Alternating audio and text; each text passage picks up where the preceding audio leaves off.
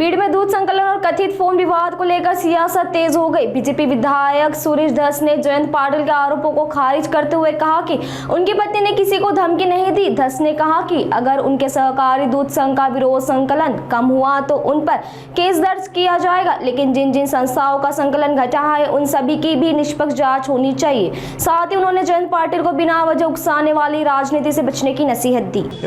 त्यांनी हा असा जावई शोध लावला। मी ते सभागृहामध्ये नव्हतो, मी बाहेर होतो। नंतर मी पळत गेलो। अध्यक्षांनाही परवानगी मागितली पण त्यांनी मला परवानगी दिली नाही। त्यांनी असा कयास मांडला की तुकाराम मुंडे साहेबांनी पुण्याला कुठली तरी एक बैठक घेतली होती, त्याच्यात 100-200 चेअरमन लोक होती प्रमुख, आणि त्या बैठकीत कोणत्या तरी मोठ्या पावडर प्लांटचा एक व्यक्ती असं म्हणाला की बाबा सुरेश धसची पत्नी वगैरे असं त्यांनी सांगितलं। दम भीम, आता दम भीम तर तो काय आमचा धंदा वगैरे नाही आहे दम भीम करण्याचा, आणि माझा असेल पण माझ्या पत्नीचा तर बिलकुल नाही आहे बरं का। तर माझी पत्नी त्या जे त्यांचे संभाव्य तिकडचे जे पावडर प्लांटवाले आहेत त्यांच्याकडे 15 वर्षापासून आमचं दूधच नाही। आमचे जे इथले स्थानिक विरोधक आहेत त्यांचं दूध मात्र त्या प्लांटकडे जातं। मग त्या विरोधी पार्टीचे प्लांटवाले जे आहेत त्यांच्या कदाचित कोणीतरी सौभाग्यवती किंवा कोणी फोन केला असेल आणि ते आमच्यावरती ढकलत आहे। माझ्या तालुका दूध संघाचं दूध हे मी फक्त नेस्ले ज्याचं 3 दिवसाच्या नंतर बाळाला दूध पाजायला सुद्धा पावडर वापरतात ॲबॉट कंपनीचे नेस्लेच, त्या नेस्लेला माझं दूध जातं। दुसरं जे आहे ते मदर डेअरीला माझं दूध जातं। मदर डेअरीला जी स्टँडर्ड आहे NDDBची देशामध्ये। आम्हाला हे असले पावडर प्लांटवाले जे कोणी आहेत तथाकथित जयंत पाटलांचे प्रेमी कोणी असतील ते तर त्यांना आम्हाला दूध घालायची गरज नाही। आम्ही त्यांना भीक घालीत नाही किंवा आम्ही त्यांना भीक घाला असं म्हणत नाही।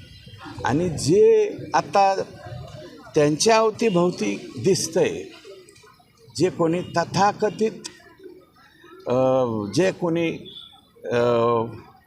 मोठे डेअरी प्लांटवाले आहेत, माझं मत आहे त्यांनी जर तुकाराम मुंडेंच्या बैठकीत बोलले असतील तर त्यांनी मीडियाच्या समोर येऊन बोलावं की सुरेश धसच्या पत्नीने मला फोन लावला, आणि त्यांनी FIR करावी, माझ्या पत्नीवर करावी।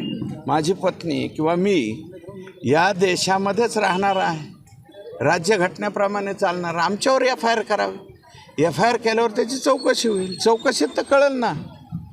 आणि मग त्या चौकशीत कपोलकल्पित किंवा हवेमध्ये ढगामध्ये जयंत पाटील कसे बोलले हे सुद्धा उलगडा होईल।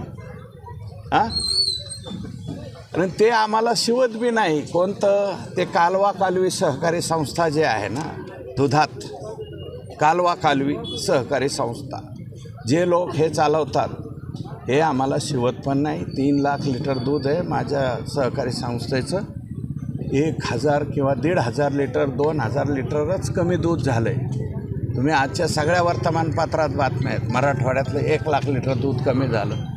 हे जे जयंत पाटील म्हणतायत ना कोणत्या पावडर प्लांटवाल्याचे कणव घेऊन बोलतायत ना, त्यांना दूध घालणाऱ्यांचं 10-10 हजार लिटर दूध कमी झालं आहे आमच्या इथलं।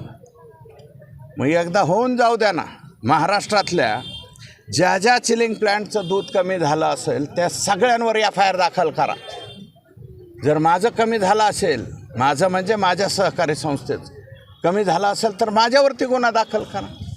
आणि जयंत पाटील जे बोलत आहेत कणव घेऊन ज्यांचा कोणाचा मोठा प्लांट आहे त्यांना आम्ही दम भीम दिला मानतो, मी तर म्हणलं त्यांनी FIR करावी।